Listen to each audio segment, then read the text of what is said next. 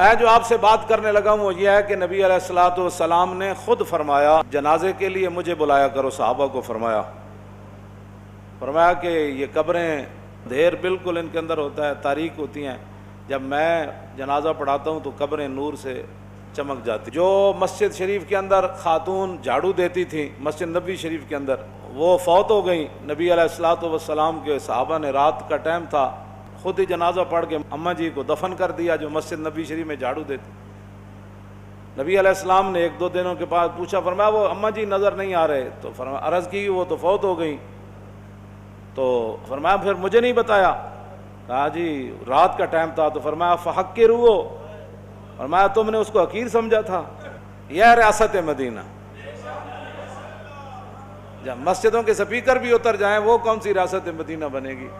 ریاست مدینہ کے اندر تو مسجد میں جو جھاڑو دینے والی عورت ہے اس کے بارے میں حضور نے فرمایا کہ اپنے غلاموں کو کہ تم نے یہی سمجھا نا بھائی مسجد میں جھاڑو دیتی ہے، دلونی علی قبرن، فرمایا چلو اس کی قبر پر چلے، چلو تامین حق بحقداراں سپرد بندگاراں مسند خاکاں سپرد۔ اقبال کہتا بڑی بڑی ظالم دنیا اس ویلے بیٹھی، بڑی بڑی دنیا آئی، کسی غریب دا ایک مسئلہ بھی حل نہ کیتا۔ جب ساڈے آقا و مولا آئے تے رسول اللہ نے غریباں تے غلاماں نو بادشاہاں دی مسند اتر جا کے بٹھا دیا۔ مولویوں کو بھی حقیر، لوگ ممبروں کو بھی حقیر، مسجد کو بھی حقیر، مسجد کے اندر نماز پڑھانے والے کو بھی حقیر، مسجد میں آنے کو بھی۔ تو ریاست مدینہ تو یہ نہیں ہے، ریاست مدینہ وہی ہے جو رسول اللہ نے ریاست قائم فرمائی۔